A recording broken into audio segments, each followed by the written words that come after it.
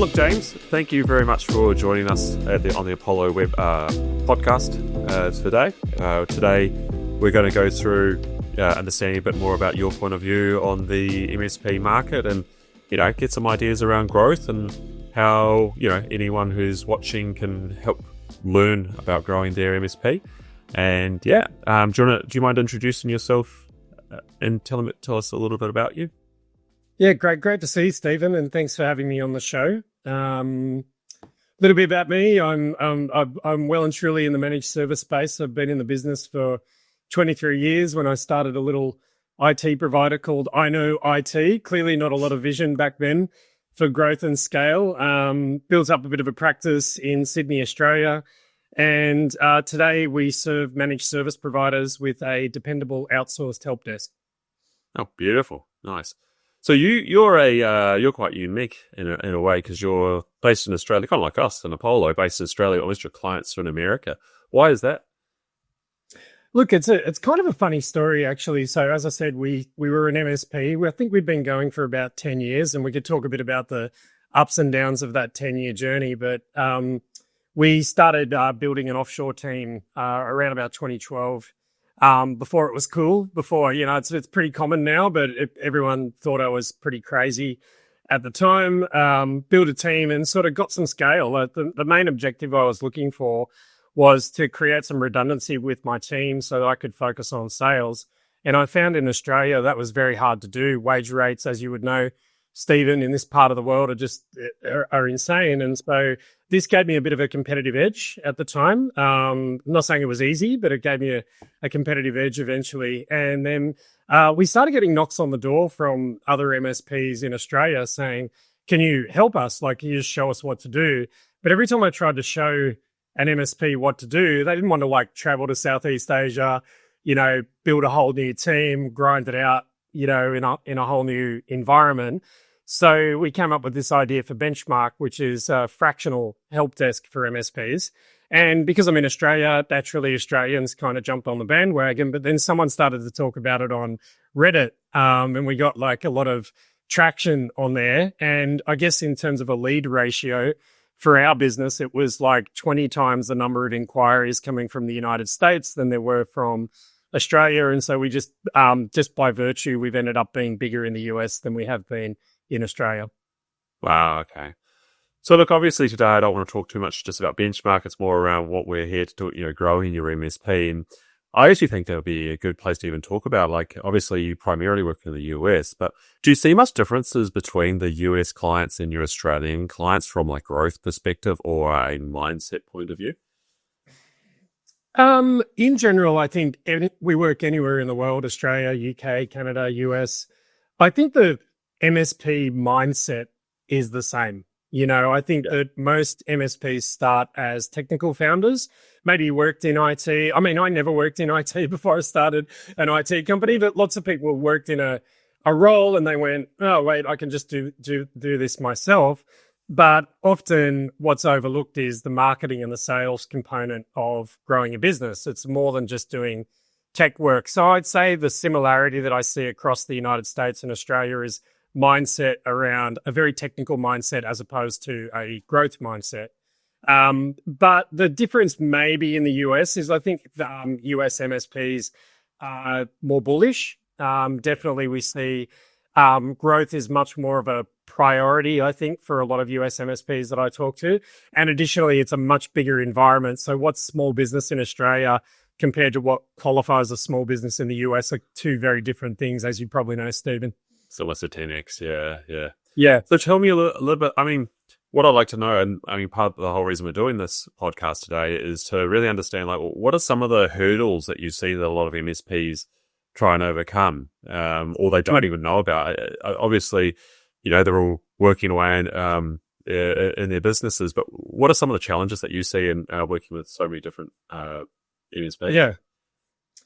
I see a lot of challenges, but they always seem to sort of point back to a few commonalities across MSPs. So the first thing I'll just start with something macro, and that is that the only difference between a high-performing MSP and one that's struggling is sales.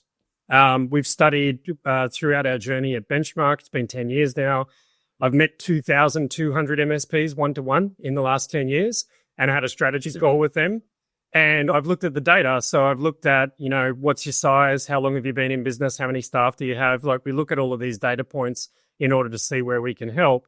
And the one thing that just stands out is a lack of a sales engine for the smaller MSPs and a bigger sales engine for bigger MSPs.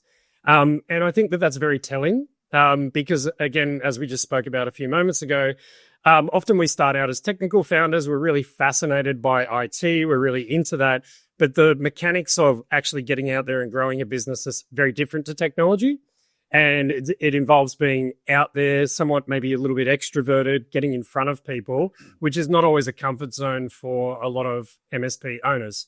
Then what I see is that some say, okay, I'm ready to step away from the computer and I'm ready to go out and get sales. But because all of the solutions that you've been looking for previously are all inside the computer, there's a tendency to try to do things from behind the keyboard as opposed to getting out and meeting people one-to-one, having conversations, building up a bit of a book of contacts and getting out and selling to them. So it's like an entirely new skill set that needs to be developed. And often that is very difficult for a lot of small MSP business owners. Do you see, because one thing that I tell everyone is that most MSPs out there are selling the same shit as everyone else, right? They've got the same solution stack. It's quite generic. There's the TSP movement where they're going down more the bespoke approach. But do you see that as a hindrance as well? Just like offering because IT support, which a lot of MSPs do. Because do you see that as another hindrance? I think commoditization is a huge problem in our industry.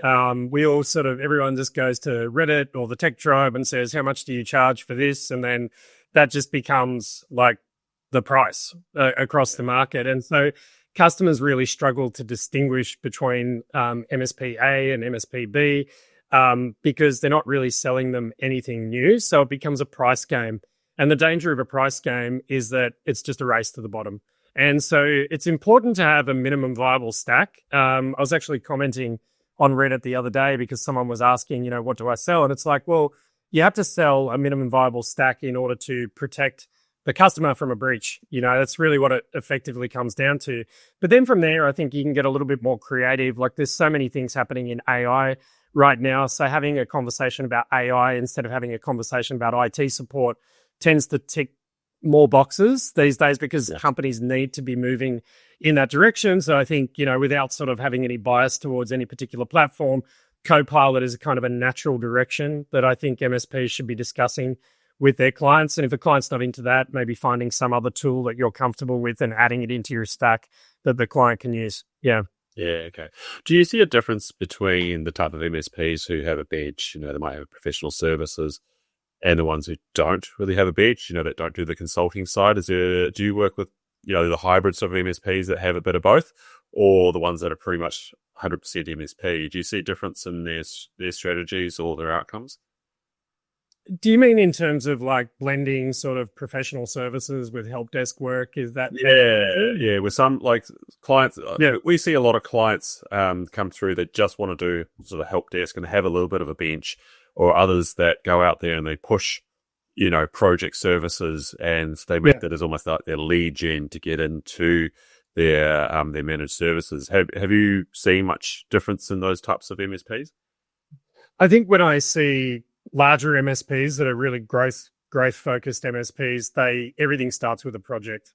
So having an inroad. So if you were marketing, for example, marketing IT support, unless someone's got, a real problem with their IT support provider, it's really not a selling point. Most customers kind of want to avoid paying for IT support as much as humanly possible. So, but if you're, say, marketing, we talk about AI, if you're marketing AI enablement services, then you'll get some leads from that. And that can be an inroad into selling managed services, or phone systems, internet systems, cloud systems can often be like the trigger point. That's what the customer wants. And then you can use that to kind of edge your way in to a contract. So I think having a dedicated pro-serve group is important. I'll give you the other side of that. When you're not good at projects and you're blending your resources together, that is the number one reason a customer will leave you is a failed project. You could be absolutely amazing at support, but then you get distracted by this project. It's not executed well.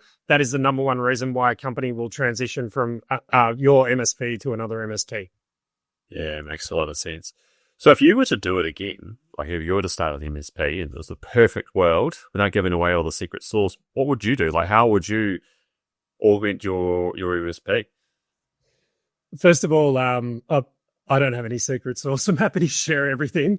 There are so many things. First of all, the one thing I want to tell every startup MSP is this is a marathon, not a race. I constantly see MSPs start and go, oh, I've got to I've got to get some customers. And that's a natural thing to think, but often it's misunderstood how long it takes to build a brand and a reputation in the market. It still very much is a professional services firm, like an accounting firm, a law firm, a financial services firm, where it takes a long time for people to get to know you and get to know your brand. So putting yourself out there as a personal brand would be the first thing that I would focus on, and understand that this is a long journey. We talked just before the show. An average MSP might spend about 10 years getting to $1 million, which sounds like a long time, but is actually a fact. That's the reality. And to get there, you need to be putting yourself out there, going to networking meetings, joining organizations that are going to help promote your business for you, and to give you a stage to promote your business. So that would be my first bit of advice, is plan for the long term. This is not a business where you're just going to sell 1 million units or something overnight. So many other things. I would get sales training. So it's funny, we get to meet MSPs when they're 10, 15, 20 years down the road, and they work with Benchmark. We provide their help desk service to them. So they now got all this free time. And then the next thing we recognize is they don't have the sales skills. They haven't been doing selling. If I had my time over again, I would probably go and do some sales training early on. Anything like Sandler, for example, just has a fundamental sales training program that I've put a few of our partners through, for example. Just get up to speed on methodology around sales, because there is nothing worse than putting yourself out there and just not closing any deals because you don't follow a basic sales framework to get deals done. Yeah. We see that a lot. Yeah. We get, like, some of our clients get the same leads, and some of them, because their leads aren't good enough, and the others go, that was a great lead, I closed that one. It's just that process and knowing how to handle them, and even the follow-up process. Yeah, it's amazing that we're systems people, like IT people. We're all about systems and processes and redundancy and this and that, and making sure that there's a methodology to do something. But sales is kind of like at a loss for a lot of people because they just haven't, just had the training. I think, a couple of weeks training with a good sales trainer will change your life. Yeah. And then my last thing would be, and I mean, I know this sounds super obvious, but you got to hire better people.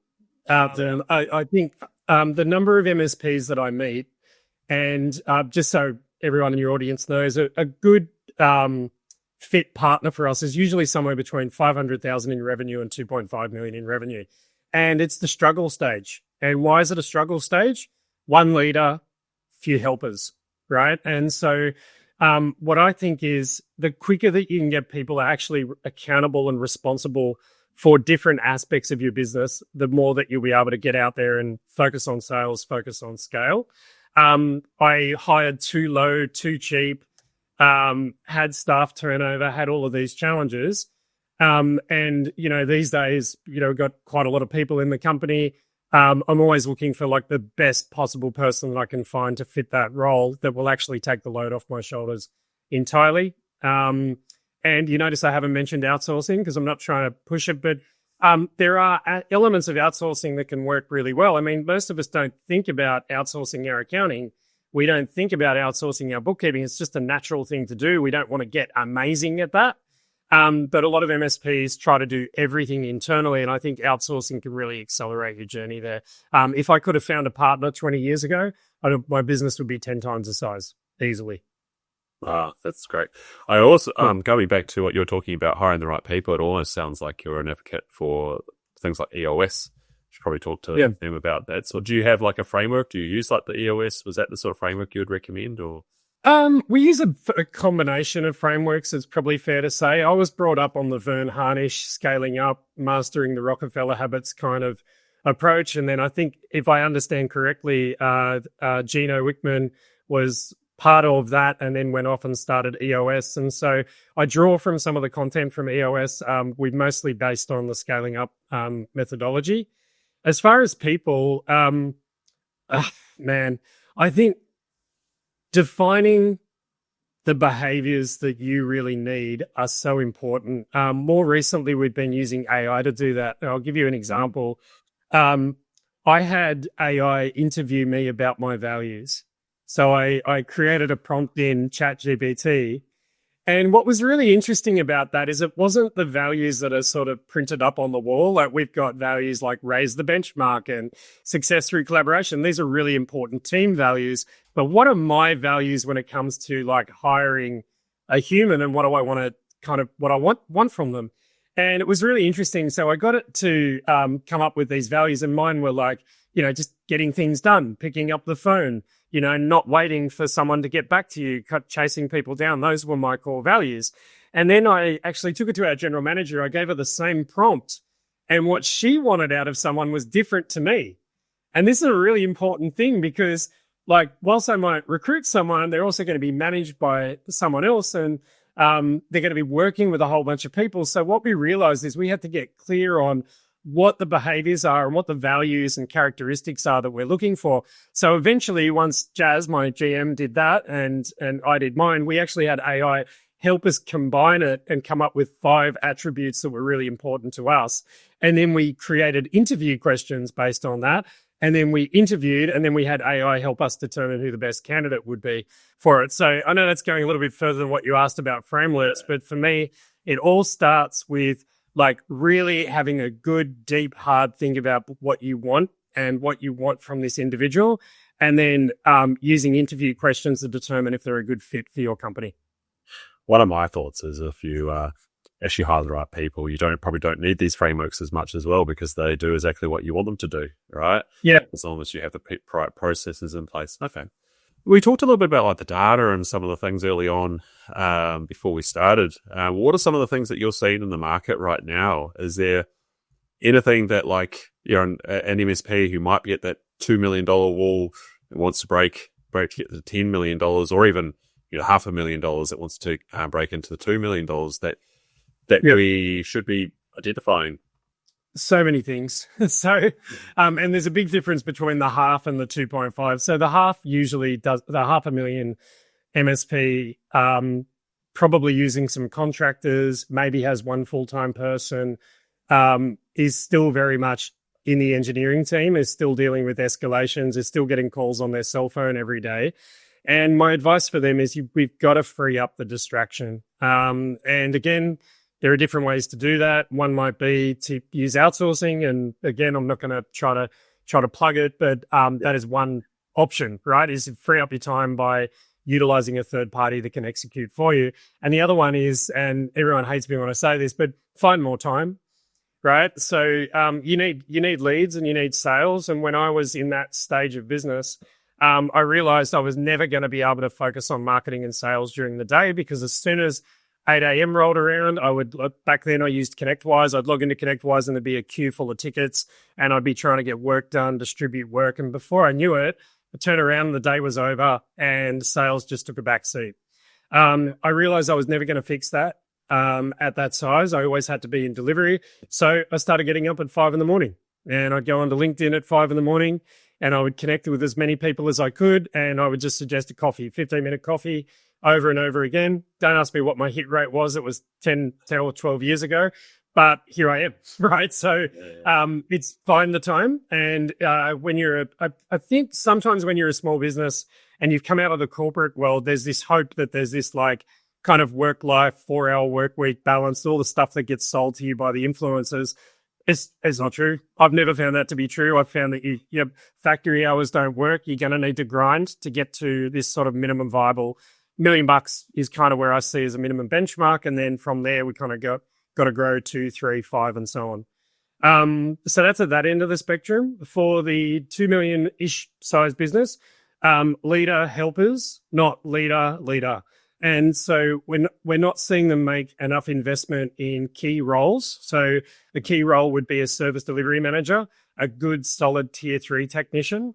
That frees up that business owner to go and focus. So I meet a lot of overwhelmed business owners that say, I don't know what's going on. Like I've got 5, 6, 7 people and I'm still in the mix every day. I'm still getting calls on my cell phone. And it's usually due to people challenges. And it's because those folk are not fully 100% accountable for each function in the business. Yeah, okay. It is really hard when you're trying to get to that scale of the business. I know myself growing a business, you want the right person in the right job, right? And doing that. Yeah. If you can't, then you got people doing too many roles. And I'd say that's actually one of the hardest things as well. Is trying to figure out like who do you actually even need in those roles, the right type of person in that role. And then if you have to let someone go because they haven't worked out, how do you fill that in? And there's that you have what do you call the law of attraction, and you also have the opposite of it as well, where people scarcity mindset. Do you think that sort of mindset could come into play here? Oh, 100%. Yeah. So I think the scarcity mindset is really common. I literally just spoke to a guy this morning, and he was 20 miles out of Austin, Texas, and he told me that in the region there was like 7 million people. And he told me there's not enough work. And it's like, but yet we've got a partner in Austin and they're doing 8 million in revenue. So there's clearly enough work. And I think the scarcity mindset, maybe you tell this a different way. Somehow you were good at sales at the start. Otherwise we wouldn't be talking. Somehow you had to win some business. So what tends to happen is when you start a business, you've got capacity and you're hungry. So you're able to win clients. And then you get a little bit along the way and you maybe get distracted by all the work. So now you have capacity. Now you have no capacity, right? Yeah. So you then think, I got to get some help. And then as you get that help, now you've got to sell capacity because now you've got another resource. And then you go, I'm not good at sales. What do you mean you're not good at sales? You got sales at the start. Yeah. What do you mean you're not good at sales? Just your focus has changed. And I think that scarcity mindset can set in as a result of that. Oh man, all I do is pay bills and there's no one's knocking my door down. And of course you would know, Stephen, no one will knock your door down unless you market. You've got to get content out there. You've got to run lead generation campaigns in order to find that work. And so I do like to, whenever someone tells me there's not enough work, I Google the metro area nearest to them and tell them how many businesses there are and say, seriously, there must be 1 million computers within a 20-mile radius of you.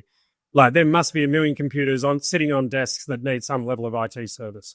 Yeah. I tell you what, some of our clients, most successful clients, are in the middle of nowhere. They've got local offices in the middle of nowhere. I can't tell you the name, but we've got one recent client, and I asked my general manager, well, why is he getting so many leads? And she said, it's because there's nobody there. Yeah. It's just absolutely outrageous. He's got 4 or 5 offices spread throughout the country in just random spots. And, it's that mindset of, the law of attraction, I honestly think that is part of the issue as well, because no offense to the industry, but a lot of the people here are techies, right? So they kind of introverted, they like to think a lot, and then their heads a lot. And, getting out there is what you've just identified is really true about getting out there, joining these groups and getting people to know, like, and trust you. We see it a lot. We get a lot of MSPs come to us and they're like, hey, can you just set this thing up? And I want it to work in 6 months, And it's like, hold on a second. You've had a business for 10 years and it's taken you 10 years to get to this very point, and you think it's going to take 6 months to get double your, start bidding to that stage. You should be doing it 10 years ago. This should be part of your entire process. It'd be 3 times the size, but there's no better time to start than now. But it's, I find it a really interesting industry and some very unique people in it as well. And, you see some of our clients do outrageously good. I'm not going to name names, but the ones who have the brands are the ones that we look at and go, wow, he's done really well. You've been plugging away at this for 10 years plus, and you see the value in that brand, and the leads just come naturally to you. Whereas some of the ones who've been sitting there, they might have been trying this, that, this, and that, and they can't quite figure out that mix. I just Yep. went to our best top clients and say, look at that, look what they've done. And then they go, wow, that's where the results you start to see. I think the point that trust runs deep. And so I talked about MSPs that are in the middle of nowhere. We've seen this as well. Some of the most successful MSPs we know are in places that I've never heard of. I look at it on a map and there's like a freeway running through it, and that's about it. And I go, how are they so big? But trust runs deep. So they've got a captive audience. Localization makes you do things probably above and beyond what you might do in a big city market where it's very commoditized, it's very aggressive, it's very price driven. Very regional, local areas, they tend to have a captive audience. And some of them I've seen, whenever a competitor pops up, they just buy them. So that way they just end up being the only game in town. But again, I don't see that in year 1 to 5. I see that in year 10, 20, 30. This is a long game. This is professional services. And so sure, you can have some wins along the way and you can see some growth. But the real growth happens as people start to realize you're in this for the long haul, and they've seen you around, they've seen you at events, they've seen your banner up at the local soccer game, whatever, that they've seen you consistently for a really long time, and then the trust is built, and then they'll do business with you. Yeah. I mean, it blows my mind. We've got a few clients in the Carolinas, in North America, and as you know, it's quite, the towns and cities are spread far apart, and there's very few people there, but they're big MSPs, and almost in the middle of nowhere. It's, considering some of what we're used to here in Australia, cities of 5-7 million people, they'll have 5-7 million people spread across the entire state. It's, blows my mind sometimes. Yeah, excellent. Well, James, is there anything, I mean, we've got a few other things that we could be talking about today from a growth mindset point of view. Obviously, we've got the whole outsourcing. We could plug away at Benchmark 365, but Sure. I think there's some valuable things that are going on right now from like a go-to-market strategy. What are you seeing in the market from your more successful MSPs? Have you seen, we talk about AI, data, very technical sort of stuff, but have you seen something that's really working with your clients at the moment? Yeah, it's almost the opposite. I think the KISS principle applies. Keep it simple, stupid. The most successful MSPs I know have one product, their stack, which is, it might be their RMM, their EDR, their anti-phishing, their cyber awareness training, and their DNS filtering, bundled into a single monthly price that's very easy to communicate to the customer that they're going to be dependable and they're going to take care of their IT. Those companies tend to scale really, really well because they can repeatedly sell the same thing over and over again. The ones that we see that struggle get very, very, very technical. So they're dealing with data centers, complex servers, complex networks. I'm not saying you can't be successful doing that. There's obviously there are a lot of companies that are, but the ones that we see are scaling faster with customer acquisition have a very simple menu for the customer to buy from. And again, it's based on trust. It's not cold outreach. It's based on building up a network over time and then having a very simple solution for the customer at a fixed monthly cost. So they're the businesses that we see scaling the most from within our network. Yeah. Yeah. Okay. Great. Excellent. All right. Well, James, we've gone through a lot of stuff today. Is there anything that you would like to anyone watching or listening to take away from our discussion today? Yeah. The number one difference between a hyper successful MSP and one that's not is sales.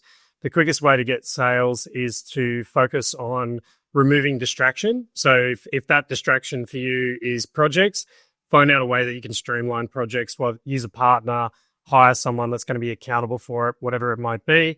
Help desk is the most distracting aspect of an MSP because it's reactive, it's transactional. So again, build a lot of resource into that or utilize an outsourcing provider to help you with it and get around other people that have a growth mindset.